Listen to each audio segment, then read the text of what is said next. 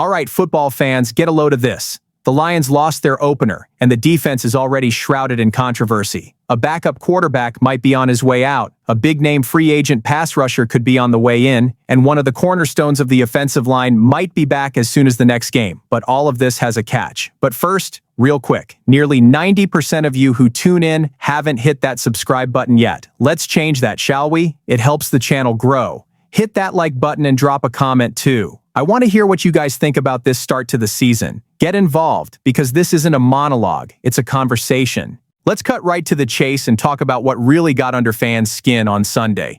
The play that lit the fire. 3rd and 6 on the Packers' first drive. We were all expecting Hutchinson to get after Jordan Love, right? Well, think again. Kelvin Shepard called a funky blitz, dropped Hutch into coverage, and boom! Love found Matthew Golden over the middle for an 11-yard gain, a conversion, and eventually a touchdown. It was a gut punch right out of the gate. Tony Romo, who was calling the game, didn't hold back. He said on the broadcast that pulling Hutch off the rush was just a little too cute, basically calling it an unnecessary invention. And honestly, for those of us who watch this kid play, we know Hutch is a relentless motor. When he's coming off the edge, the quarterback can't breathe. That's how he's changed games since his rookie year. And it wasn't just him. On the very next drive, Marcus Davenport was also used in coverage. The result? Jaden Reed picked up 26 yards. Then Hutch dropped into coverage again. At least that one didn't result in a reception. But it had already planted a seed of doubt. Why mess with the identity of the defense in Shepard's debut as coordinator? Sure, we know Hutch has the athletic ability for it. He's even got 4 career interceptions. But come on, 3rd down is the time to unleash the dogs, not to get creative. If the play goes wrong, the fans are going to be on you, and the locker room feels it too.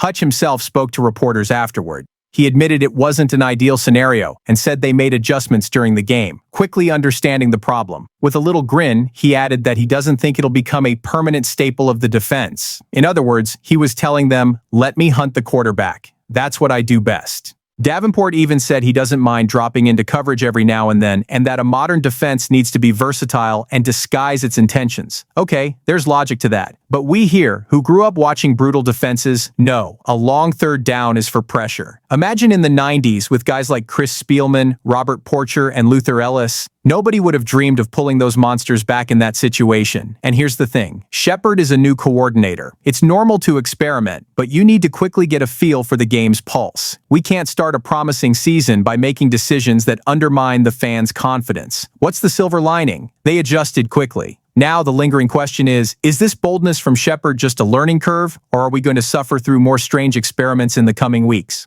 All right, guys, hold up. While we're debating our problems, a new drama could be brewing involving our backup quarterback.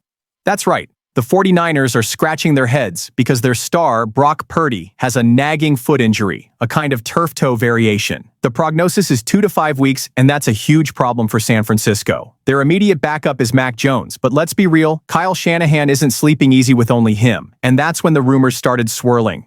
Who could they call up? Lo and behold, the name of CJ Beathard, who is currently on the Lions practice squad, came up strong.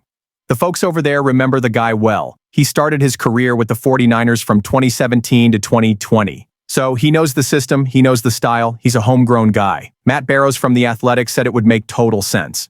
He pointed out that the team has already brought back guys from that 2017 crew, like Robert Saleh and Kendrick Bourne, so why not do the same with Beathard? It makes sense, right? He has experience, he's not phased on the field, and he can hold down the fort while Purdy recovers. So what does this mean for us? Well, Beathard is on the practice squad, but he's still a piece that could be poached if we needed him. The risk is losing a safe, cheap option, especially in a season where we still don't know how Jared Goff will hold up. It's not a disaster, but it affects our depth. Meanwhile, Dan Campbell has already thrown down the gauntlet. He said on Monday they have to beat the Bears no matter what. It's a home game, Ford Field will be packed, and it's our first reunion with Ben Johnson as the opposing coach. It's a game with extra flavor because Ben knows every detail of our offense. We're going to need to be on the top of our game. And think about this. If the front office lets Beathard go, even just to help the Niners for a bit, who's left to step up in an emergency? Is it worth giving up a backup who knows the playbook and has been in camp all offseason just to free up space? It's a complicated calculation. The most curious part is that the focus should be totally on the Bears right now, but this external buzz could affect preparation, because nothing is more distracting than seeing your name in trade rumors. And Beathard, like it or not, must be thinking about it too. Now the simple question is, Do the Lions hold on to the guy, betting on internal security, or do they release him and just cross their fingers, hoping no one on the roster gets hurt? Alright guys, the third bombshell of the week has a name and a number: Shaquille Barrett. Yes, the veteran edge rusher who shined in Tampa and is a free agent right now could be in our locker room soon. The talk is that Detroit is evaluating whether it's worth bringing in this guy to give the defensive rotation a boost. Listen, Barrett is 32. He's not a kid anymore, but his consistency in pressuring the quarterback is for real. Even in 2024, on a one-year $1 million contract with the Bucs, the man delivered. And here's a key detail. It's not just stats, it's quiet leadership, Super Bowl experience, and automatic respect in the locker room. The question is, where would he fit? Right now, the defense depends too much on Hutchinson. He's our engine, but we can't overload the kid. If we add Barrett to a rotation that already has Davenport, Al-Quadin Muhammad, Tyrus Wheat, and Mitchell Agood, the balance improves. The intensity stays high on every down. There's no drop-off when Hutchinson needs a breather. And get this, Barrett has the versatility to line up in multiple pass rush schemes. This gives Shepard, who's still finding his footing as coordinator, a bigger arsenal to confuse opposing offenses. Instead of getting cute with Hutch dropping into coverage, you can alternate heavy hitters without losing momentum. From a financial standpoint, it also makes sense. The market isn't asking for a long-term or expensive contract. It would be a low-cost, high-return investment, exactly within the cap space the front office saved. It's a perfect strategy. Reinforce without committing the future, and the intangible impact is huge.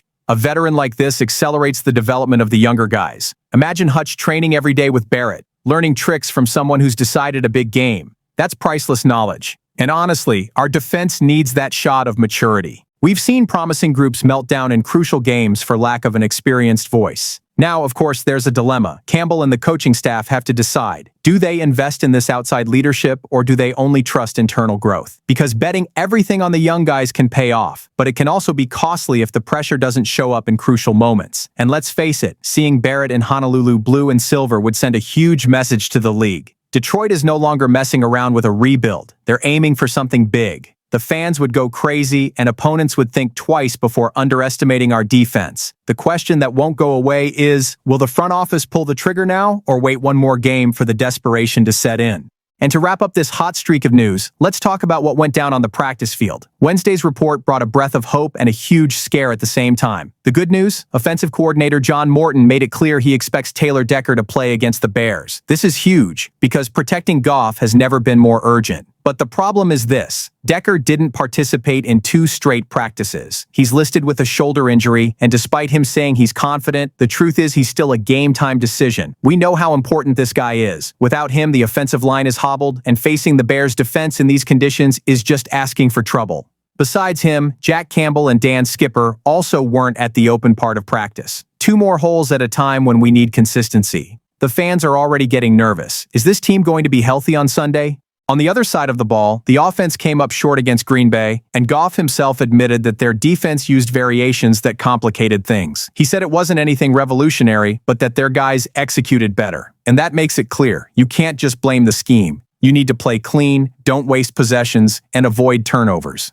Campbell also talked about it. He said the game plan was right, but the execution failed. He said that when you dominate time of possession, hit short passes, and run the ball well, that should be enough. But if it doesn't translate to points, it's useless. It's that old saying, volume without efficiency is a fake out. And here's where the emotional part comes in. The game against Chicago isn't just another week. It's a reunion with Ben Johnson, our former offensive coordinator, who knows every single detail about Goff, the O-line, and the roots. We can't go in shorthanded, especially without the anchor of the line. If Decker plays, it changes everything. If he doesn't, the risk of pressure blowing up is huge.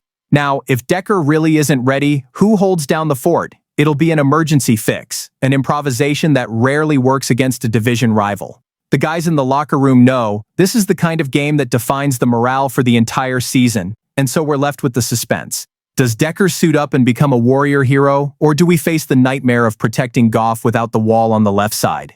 Guys, look at the size of this week. The defense starting with controversy, a quarterback trade rumor, the possibility of a star veteran coming in, and the uncertainty about Goff's protector. It's non-stop drama. What you can feel is that this team doesn't have a middle ground. It's always max intensity. We complain, we get excited, we argue, but deep down, we know we're building something bigger. So drop a comment, because this space belongs to everyone who lives for the Honolulu Blue and Silver. And don't mess up. Come back for the next video, because when you least expect it, we'll have another bombshell to debate together.